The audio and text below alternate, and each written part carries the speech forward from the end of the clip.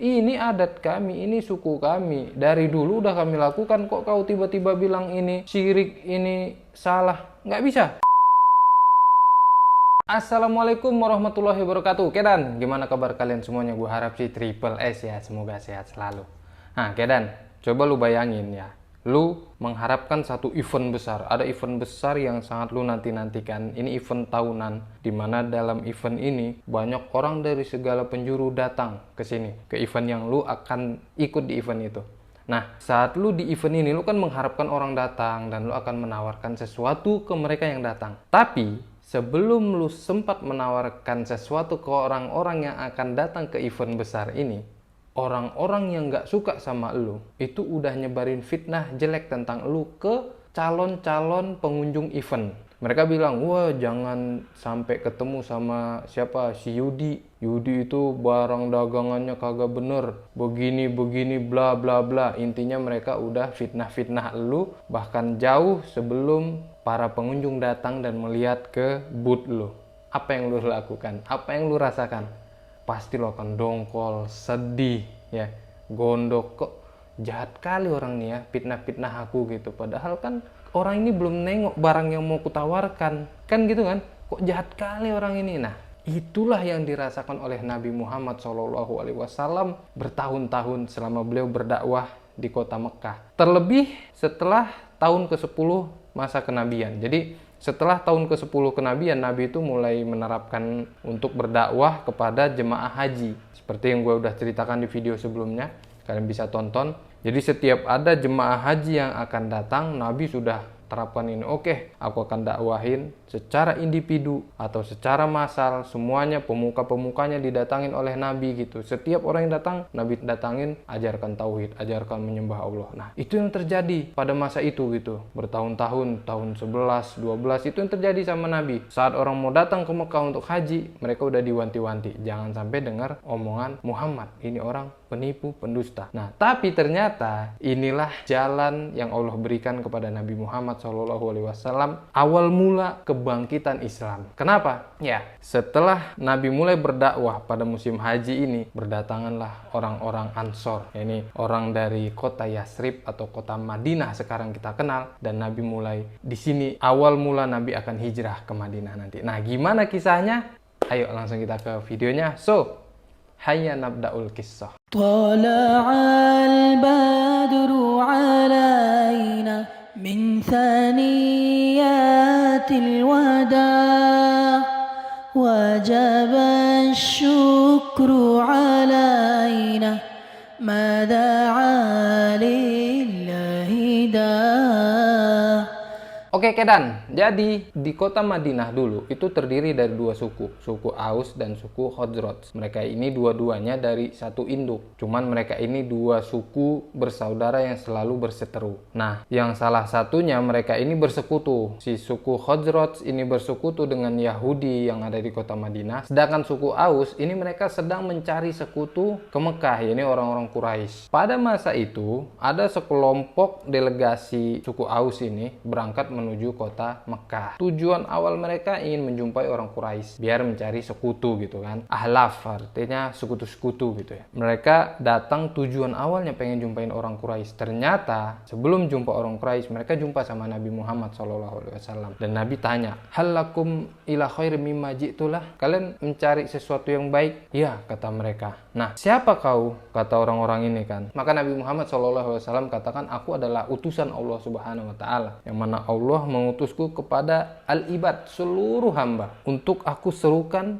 hanya menyembah kepada Allah Subhanahu Wa Taala dan tidak berbuat syirik kepada Allah, dan aku dibawakan wahyu kepada aku, kata Nabi. Akhirnya salah satu pemuda di antara delegasi ini tadi yang bernama Iyas bin Mu'ad saat lihat Nabi gitu kan, dengar Nabi bilang, ini justru lebih baik dibanding yang kalian cari, kata si Iyas ini. Dan ternyata di antara mereka ada pimpinannya bernama Abul Haisar. Abul Haisar ini marah sama si Iyas. Iyas ini anak muda, sedangkan pimpinannya Abul Haisar ini udah agak tua ya. Nah, marah dia bilang, diam kau. Tapi memang ini lebih baik, kata si Iyas gitu kan. Dan akhirnya Abul Haisar ini marah, dia lempar pakai debu lah si Iyas bin Mu'ad ini. Diam kau, bukan ini yang kita cari, kata si Abul Haisar. Kalau kita bersekutu sama dia, justru kita ikutin dia ini, justru kita akan memperparah keadaan. Tujuan kita ke sini cari sekutu sama Quraisy. Kita mau berteman sama Quraisy biar bantu kita melawan Khazraj. Kalau kita ngikutin orang ini, justru kita akan musuhan sama Quraisy juga, katanya. Tapi Iyas tertanam di dalam hati dia keimanan, cuy.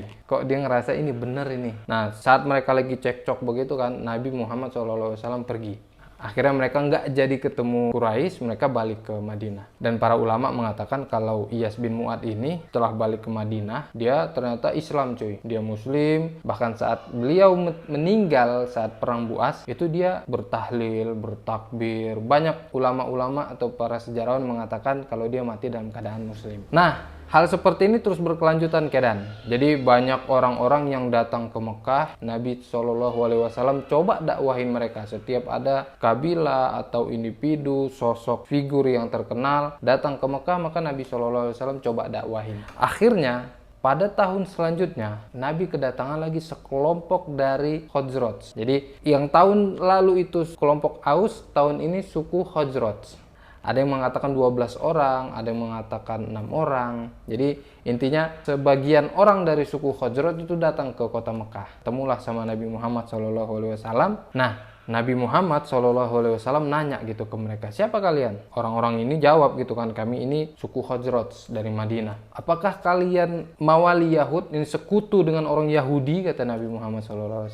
Iya, Nabi Muhammad tahu. Orang-orang Yahudi itu, mereka itu tahu akan datang Nabi nanti. Bahkan mereka, cuy, orang-orang Yahudi di kota Madinah waktu itu. Mereka ini kan sebenarnya sekutu sama Khazraj. Cuman sesekali kadang mereka berantem. Tapi mereka kalau lagi perang, Khazraj perang melawan Aus, ini orang Yahudi ini wajib belain karena dia sekutu kan. Tapi kalau nggak ada urusan, kadang mereka suka berantem sendiri gitu. Saat mereka lagi berantem, cekcok sama suku Khazraj, mereka ini selalu mengancam orang-orang Madinah, suku Khazraj ini. Mereka bilang, kan ada datang Nabi yang diutus dalam waktu dekat ini. Ingat ya kalian ya, kalau Nabi itu nanti datang, kami hajar kalian sama Nabi itu. Jadi kalau ada Nabi itu datang, Nabi diutus, kami perangin kalian sama Nabi itu. Intinya mereka tahu kalau Nabi Muhammad SAW bentar lagi diutus. Mereka rencananya mereka mau mengimani gitu ceritanya. Dan mereka akan perangin orang yang selain dari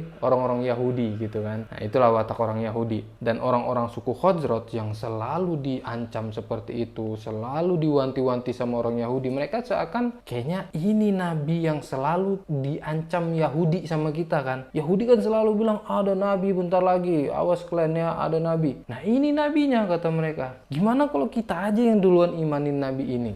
Nah, salah satu faktor kenapa orang-orang Madinah itu gampang banget menerima Nabi Muhammad SAW, karena diantaranya adalah mereka ini anak-anak muda, cuy. Anak-anak muda yang masih umur 30 tahun, di bawah 40 tahun lah. Beda sama orang-orang Quraisy. Orang-orang Quraisy kan udah dongkot semua ya, sesepuh, orang-orang gede. Jadi saat Nabi datang membawa ajaran baru, mereka bilang, siapa kau? Ini adat kami, ini suku kami. Dari dulu udah kami lakukan, kok kau tiba-tiba bilang ini syirik, ini salah. Nggak bisa. Itulah kalau kita ngomong sama orang tua. Tapi kalau orang Madinah itu banyak kan anak-anak muda yang... Kenapa kebanyakan anak-anak muda? Nah, ternyata dulu itu zaman sebelum Nabi hijrah itu terjadi perang Bu'as. Kan gue udah bilang di awal video ya. Suku Aus dan Khazraj ini selalu berperang, cuy.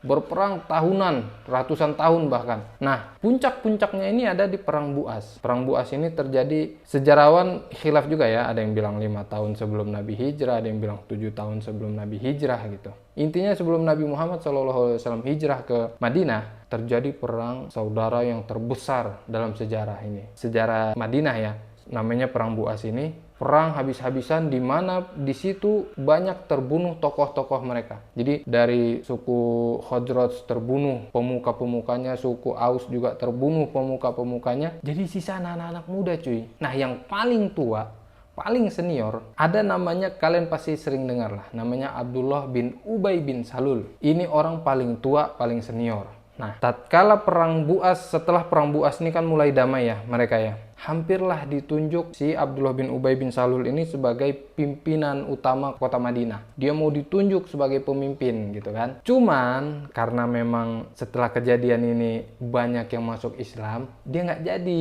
ditunjuk jadi pemimpin. Nggak jadi ditunjuk pemimpin, dia gondok sama Nabi Muhammad SAW.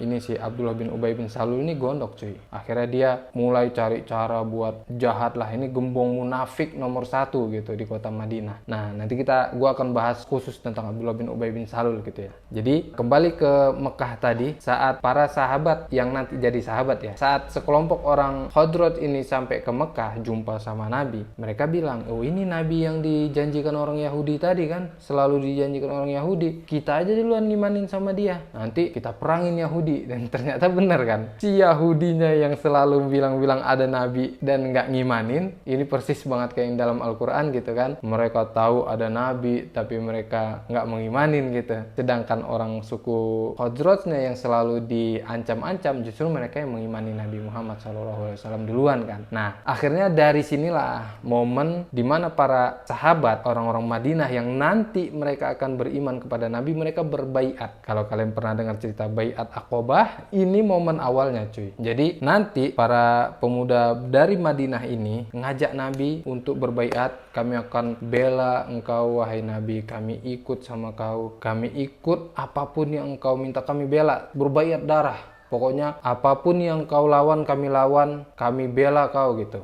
Intinya Nabi diajak ke Madinah.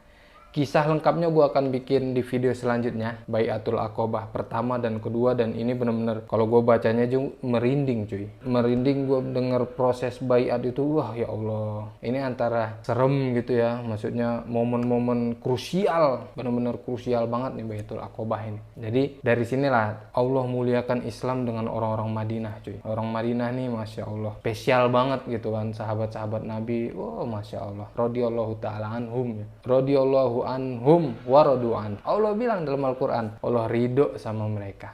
Masya Allah. Ya, video kali ini sampai di sini. Jadi insya Allah next gue akan bahas cerita Baiatul Aqobah. Terima kasih yang udah nonton sampai akhir. Gue ucapkan jazakumullah khair. Walaupun video kali ini agak muter-muter ya, tapi ya intinya itulah yang terjadi, momen-momen terakhir Nabi Muhammad SAW di kota Mekah hingga akhirnya diajak oleh para sahabat untuk ke Madinah. Besok kita akan masuk ke proses Baiatul Aqobah. Oke, thank you. Assalamualaikum warahmatullahi wabarakatuh.